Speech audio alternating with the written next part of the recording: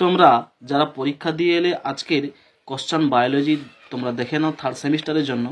আমি একদম নির্ভুল যে কোশ্চেনের অ্যান্সারগুলো রয়েছে তা কিন্তু তোমাদের সামনে বলে দেওয়ার চেষ্টা করব, তাই সংক্ষিপ্ত ভিডিওতে অবশ্যই তোমরা দেখবে এটুকু আশা রাখছি। এবার দেখো, আজকে যে ফার্স্ট কোশ্চেন আমি এখানে একটা হোয়াইট কালারের যে কোশ্চেন সেট আপটা পেয়েছিলাম, তাতে প্রথম কোশ্চেনটা ছিল বায়ু পরাগী ফুলকে পতঙ্গ পরাগী ফুলের থেকে আলাদা করা যায় নিম্নলিখিত কোন বৈশিষ্ট্যের সাহায্যে। সেটা হচ্ছে বর্ণহীন পাপড়ি ও হালকা পরাগরেণুর সাহায্যে। বন্ধুরা, এসআর কোচিং সেন্টার তোমরা অবশ্যই সাবস্ক্রাইব করবে যারা নতুন এসেছো, এবং চ্যানেলটাকে একটু সাপোর্ট করবে, এটুকু আশা রেখে আমি তোমাদের সামনে কিন্তু পরের কোশ্চেনগুলো বলে যাচ্ছি। এবার দেখো, দ্বিতীয় জায়গায় এই যে এখানে একটা ডায়াগ্রাম দিয়েছে, মোটামুটি চিত্র দেওয়া আছে, এটার এক্সাক্ট অ্যান্সার তোমরা একটু দেখে নাও। সঠিক অ্যান্সারটা কিন্তু হচ্ছে অপশান ডি। এই যে ডি অপশানটা, সেটা দেখে নাও। অর্থাৎ ভিডিওটা একটু সংক্ষিপ্ত আকারে করার জন্য আমি তোমাদের সামনে হয়তো প্রত্যেকটা কোশ্চেন পড়বো না, যেগুলো না পড়লে নয় সেগুলোই মোটামুটি পড়ে নিচ্ছি, বাকিগুলো তোমরা একটু দেখে নিও। এরপরে 3-এর দাগে যে কোশ্চেনটা ছিল সেটা দেখো। টেপেটাম দেখা যায় কার ক্ষেত্রে? না পরাগধানীর প্রাচীরে। কোথায়? না পরাগধানীর প্রাচীরে। এরপরে 4-এর দাগের কোশ্চেনটা দেখো। পেঁপের ক্ষেত্রে ফুল কি হবে? না সঠিক অ্যান্সার অপশান সি, অটোগ্যামিকে নিরুদ্ধ করে কিন্তু গেইটোনোগ্যামিকে নয়। ঠিক আছে, এটা হচ্ছে সঠিক অ্যান্সার। যাই হোক, এরপরে 5-এর দাগের কোশ্চেনটা দেখো। রেণু প্রখর তাপমাত্রা ও খরা প্রতিরোধে সক্ষম, কারণ পরাগরেণুর এক সাইনে থাকে কি হবে? না স্পোরোপোলেনিন। ওকে, অবশ্যই তোমরা দেখে নাও। এবার 6-এর দাগের কোশ্চেনটা, এই যে ছকটা দেওয়া আছে দেখো, এর এক্সাক্ট অ্যান্সারটা অপশান ডি হবে। দেখে নাও, অপশান ডি হচ্ছে সঠিক অ্যান্সার। বন্ধু, অবশ্যই তোমরা দেখো এবং কার কটা ঠিক হয়েছে না হয়েছে, তোমরা কে কত পেতে পারো তা কিন্তু নিশ্চয়ই কমেন্টের মাধ্যমে জানিয়ে যাও। এবার দেখো, 7-এর দাগের কোশ্চেন যেটা ছিল সেটা কিন্তু অপশান এ হচ্ছে সঠিক অ্যান্সার, অর্থাৎ এ আর উভয়ই সঠিক এবং আর এ এর সঠিক ব্যাখ্যা। ওকে বন্ধু, একেরটাই হচ্ছে সঠিক অ্যান্সার। এরপরে তোমরা 8-এর দাগের কোশ্চেনটা দেখে নাও। 8-এর দাগের সঠিক অ্যান্সারটা কিন্তু হচ্ছে অপশান এ। ঠিক আছে, এ এবং আর উভয়ই সঠিক এবং আর হলো এ এর সঠিক ব্যাখ্যা। একদম এই কোশ্চেনগুলো তোমাকে নির্ভুল বলার চেষ্টা করছি, অবশ্যই তোমরা এগুলোই যদি লিখে এসেছো তাহলে কিন্তু নাম্বারগুলো পাবে। এবারে 9-এর দাগে দেখো, এই যে বড় করে কোশ্চেনটা দেওয়া আছে, অবশ্যই তোমরা স্ক্রিনের মাধ্যমে পড়ে নাও, বা তোমাদের কোশ্চেন সেটআপে কোন দাগে রয়েছে সেটা তোমরা নিশ্চয়ই ভালো করে জানো।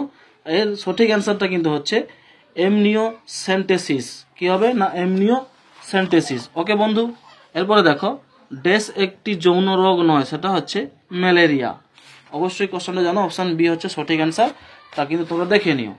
এবার 11 দাগে যে ডান বাম দেওয়া আছে, স্তম্ভ 1 স্তম্ভ 2, এটা যদি তোমরা ঠিকঠাকভাবে মেলাও তারপরে কিন্তু তার সঠিক অ্যান্সারটা দাঁড়াবে সি এর অপশানটা, অর্থাৎ BADC।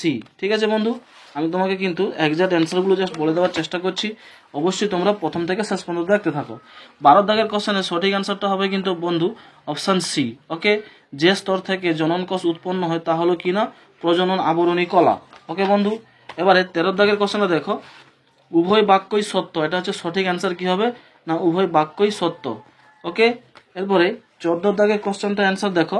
রজচক্রের সময় পর্যায়ক্রমিক দশাগুলির সঠিক ক্রম চিহ্নিত করো, সেটা সঠিক অ্যান্সার কিন্তু হবে রজস্রাবীয় দশা থেকে ডিম্বথলি দশা, সেখান থেকে ডিম্বাণু নিঃসরণ দশা এবং লিউটিয়াল দশা, সেটা হচ্ছে অপশান সি হচ্ছে এক্সাক্ট অ্যান্সার। এবারে তোমাদের কাছে আমি তোমাদের 15টা বলে দিচ্ছি। 15 দাগের কোশ্চেনটা দেখো, সঠিক অ্যান্সার কিন্তু হচ্ছে কর্পাস লুটিয়াম প্রোজেস্টেরন। এই যে কোশ্চেনটা ছিল একটু বড় করে তোমরা দেখে নাও 15 দাগের কোশ্চেনটা, এবং তার সঠিক অ্যান্সারটা দেখে নাও। এবার 16 দাগের কোশ্চেনটা দেখো, সঠিক অ্যান্সার কিন্তু হচ্ছে রিক্যাপিচুলেশন। এই যে কোশ্চেনটা দেওয়া আছে তার সঠিক অ্যান্সার অপশান ডি হচ্ছে। এবারে 17 দাগে এই যে কোশ্চেনটা দেখো, এই যে সন্ধ্যামালতী উদ্ভিদ লাল, এইভাবে যে কোশ্চেনটা ছিল, তোমাদের স্টার্টিং পয়েন্টটা এইভাবেই পাবে এবং কোন দাগ হয়তো আলাদা থাকতে পারে।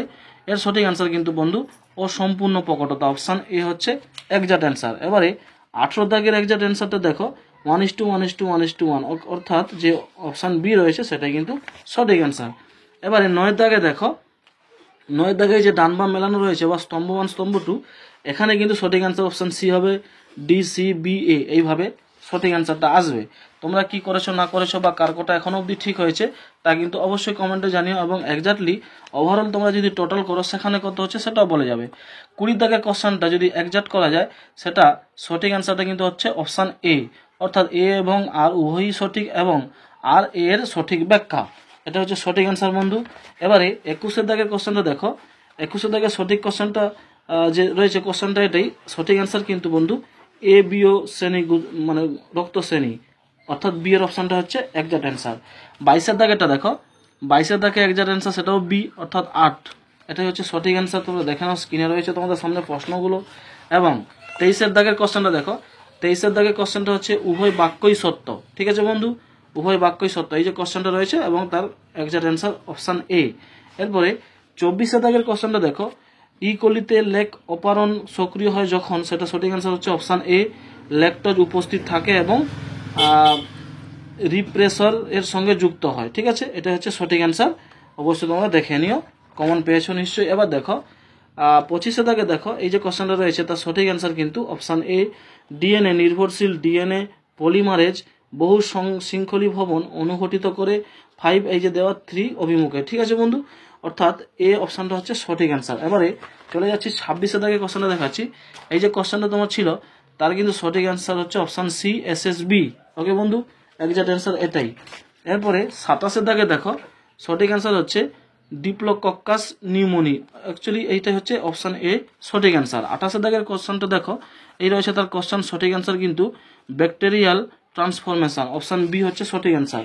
এরপরে 29 দাগের কোশ্চেনটা অ্যান্সার দেখো বন্ধু, অপশান সি হচ্ছে সঠিক অ্যান্সার, এই যে দেখে নাও, পড়ে নাও তোমরা।